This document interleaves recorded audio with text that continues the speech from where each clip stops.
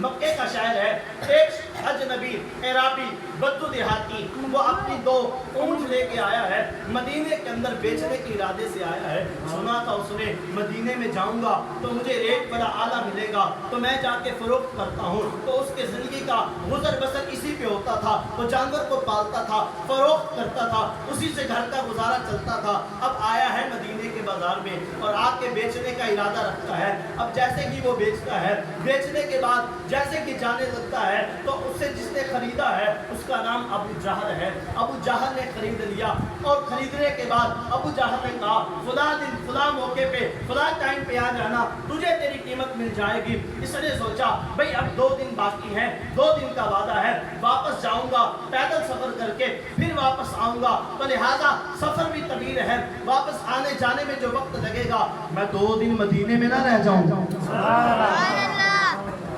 وہی 2 دن جو ہیں میں مدینے میں رک جاتا ہوں. عزیزان من, وہ مدینے میں رکا. جیسے ہی وہ میعاد وہ وقت پورا ہوا, وعدہ کیا وقت آیا, جا کے ابو جہل کے دروازے پہ دستک دیتا ہے. ابو جہل نے کہا کون؟ کہتا ہے جی فلاں آیا ہوں. اتنی جلدی بھول گئے آپ نے مجھ سے سواری خریدی ہے, مجھ سے 2 اونٹ خریدے ہیں. ابو جہل نے کہا کون سے اونٹ؟ کافر زیادہ مکر گئے. کون سے اونٹ, کون سی سواریاں اور کون سے تیرے پیسے؟ جا چلا جا, کوئی تیرے پیسے نہیں ہیں. اس نے کہا ایسا نہ کرو, آپ مکے کے چودھری ضرور ہیں لیکن میں تو بدو دیہاتی ہوں نا, میرا حق نہ ماریے. جب بار بار اصرار کیا اسے دھکے مار کے اپنے گھر سے نکال دیا. اب اس نے پتہ کیا بھئی مکے کے اندر کون ہے ایسا جس کی بات چلتی ہو. کوئی پنچایت کے بندے ڈھونڈے جائیں. جاتا ہے پنچایت کے بندوں کو ڈھونڈ کے ان کے سامنے اپنی بات کو رکھتا ہے, پھر اس کا فیصلہ کیا جائے. جیسے ہی معاملہ سامنے رکھا ان سب نے کہا, انہوں نے کہا اچھا ٹھیک ہے تیرا مسئلہ حل کرتے ہیں. چلو یہ تو بتا وہ ہے کون جس نے تیرا مال اسے غصب کیا ہے؟ اس نے کہا اس کا نام ابو جہل ہے, لوگ اسے ابو الحاکم ابو جہل کے نام سے جانتے ہیں. اس نے پتا کیا جواب دیا انہوں نے کہا بھی ٹھیک ہے تیرا مسئلہ تو حل کر دیتے, پر تو ہم سے بھی بڑے ڈاکو کے ہاتھ لگا ہے.